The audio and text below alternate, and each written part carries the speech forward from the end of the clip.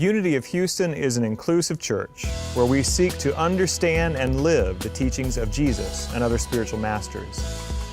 At Unity, we welcome all people from all spiritual paths and every walk of life. We celebrate the diversity of our city and of our world, and we teach love, tolerance, and oneness, seeking to live in harmony with open minds and open hearts. Wherever you are in your spiritual path, you are always welcome at Unity. Join us and discover that the life of your dreams is already within you. You're on it, Pedro. Thank you. Well, like I was saying, tonight's talk is called Finding the Gift. Finding the gift must be present to win. And so we're going to look about how we stay present in our lives to all the gifts coming our way. I love starting a talk with a joke. And this is my third time being here on Wednesday Night Live, Wednesday Night Experience, rebranding. And so I have a new joke for you. And this is about three guys. It's back in the Middle Ages in a village, maybe in the middle of France somewhere. And there are three guys in the village are set to be executed at the guillotine. So already it's hysterical, right? Yeah. So anyway, it's the whole village square. There's the scaffolding, and the whole guillotine is set up. And it's a doctor, a lawyer, and an engineer. A doctor, a lawyer, and an engineer. And it's the doctor's turn to go first. And the only thing is that the executioner does say, you have a choice. We're going to give you a choice. You can either do it the normal way, or you can turn around and face the blade. And the doctor says, well, I'll face the blade. So anyway, he gets his head on the block. The guy reaches up to pull the rope. And he pulls it, and here comes the blade. Except it stops right before his neck. And the whole crowd murmurs, and the executioner says, well, obviously you've been saved by the hand of God, and you're free to go. So doctor, lawyer, engineer, it's the lawyer's turn. He steps up and says, well, I'll face the blade too. And he puts his head in the block. The executioner pulls the rope. Here comes the blade. And again, it stops right before his neck. The crowd murmurs. The executioner says, obviously you've been saved by the hand of God. You're free to go. And finally, it's the engineer's turn. He says, well, I'll face the blade too. And he puts his head on the block. The guy reaches up, and just before he pulls it, the engineer says, oh, wait. I think I see the problem.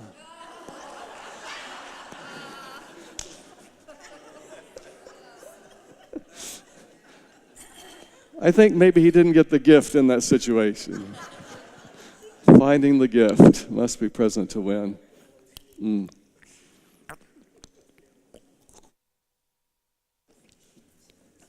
Well, some years ago, I was doing a retreat in an island off the coast of Sicily. It was like a 4-day intensive.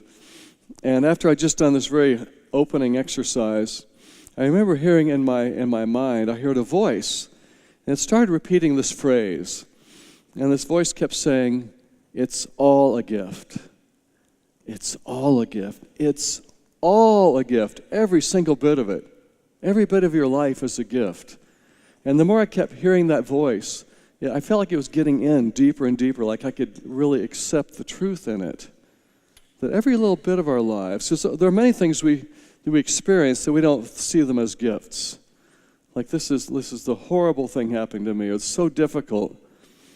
But if you look at it from a different perspective, everything that's coming our way, it's like our higher self is calling these things to us for our growth. Isn't that true? Like we're asking, help me keep growing, help me keep stretching, bring my next lesson. But our little self, what are we doing? It's like we have a little ping pong paddle, and we're busy trying to bat it all away. It's like, no, stay away from me. But we're asking for what we need.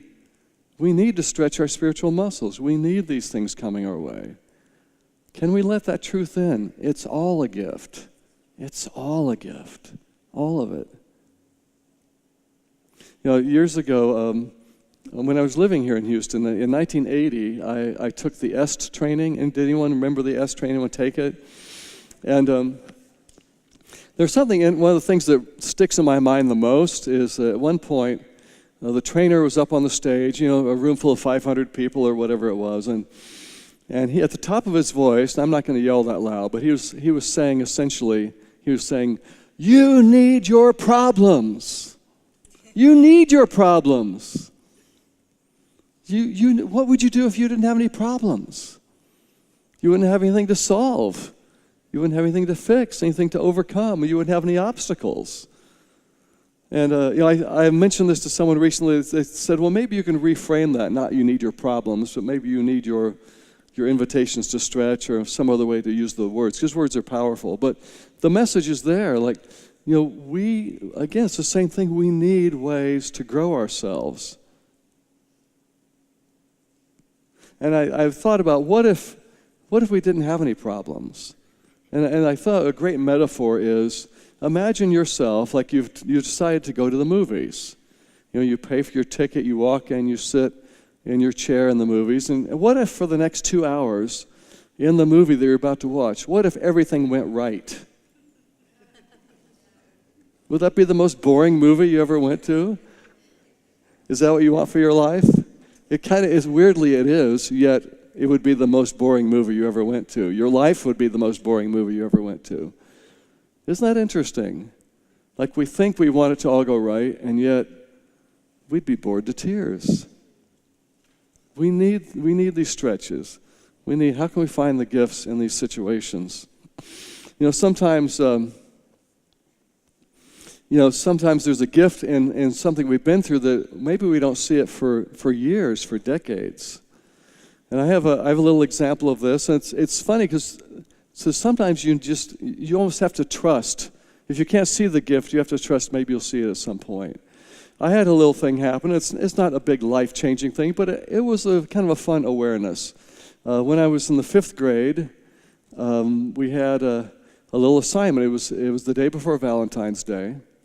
And the teacher had us all get out our construction paper, and we were making Valentine's cards. And so we were cutting and pasting, back when that really was a thing. It really was cutting and pasting and making these cards. And when nobody finished, by the end of the day, so she said, take them home, finish them at home, bring them back tomorrow for your grade, which we're getting a grade on Valentine cards. That was interesting. But anyway, so we did. And, I remember I went home and I hadn't written anything in mine yet.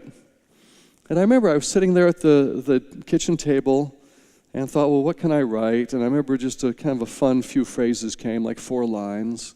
And I remember they came kind of quickly and easily, and just kind of wrote, oh, that's nice. And then I finished the rest of my cutting and pasting, and it was done. And we all handed them in, put them on our desk the next day. And about 10 minutes after we turned them in, my teacher comes by my desk, and she says, Charley, I can't give you credit for your card. You obviously cheated. I said, what are you talking about? I said, well, I read your card, and it's really obvious to me you copied this out of a Hallmark card. I said, no, I didn't. I just wrote it. No, I don't believe. There's no way I'm going to believe you. It's like, and I couldn't convince her. And granted, I was a bit of a rascal in the 5th grade, so I can understand she may not have trusted me. But I she never believed me. I could never convince her, and it was always this kind of little wound, And what happened was about 5 years ago, I remembered that. And I saw the gift. It dawned on me. I realized, oh my God, my 5th grade teacher was telling me that as a 10-year-old, I was already writing at a professional level. Isn't that a great reframe? Isn't that a great way to just flip it and see, wow.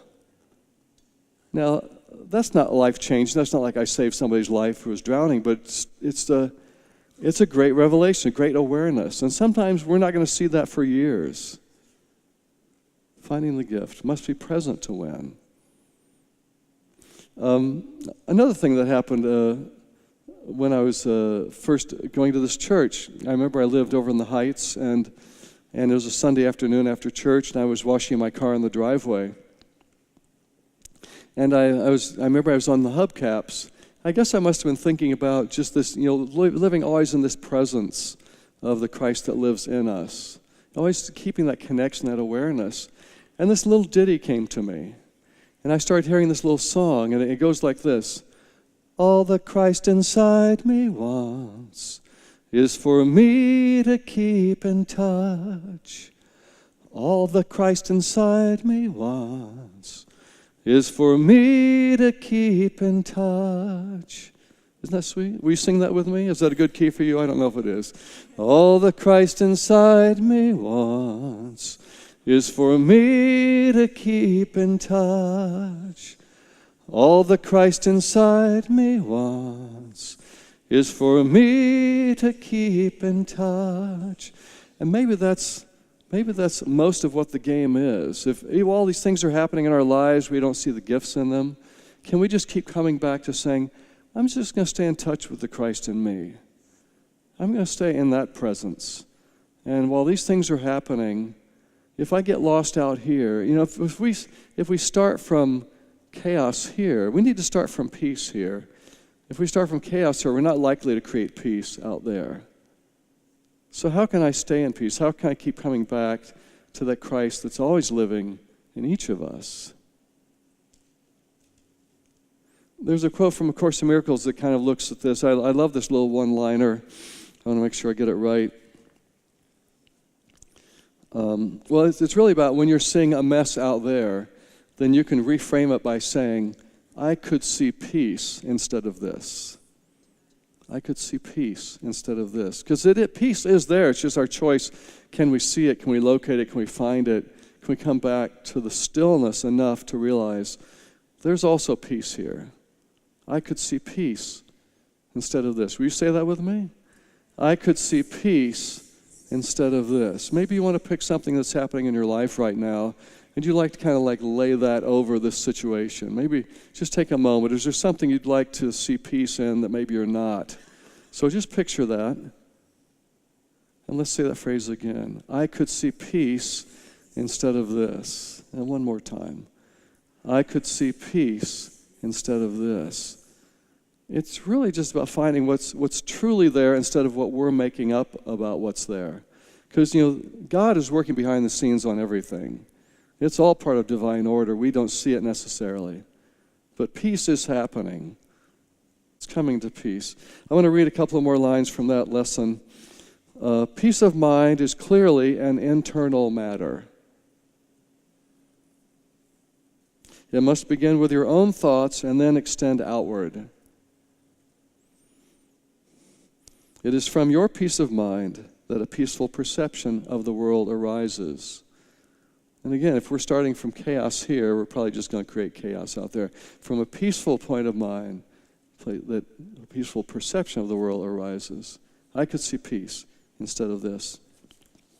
I want to talk about one more place where finding the gift showed up in a big way for me.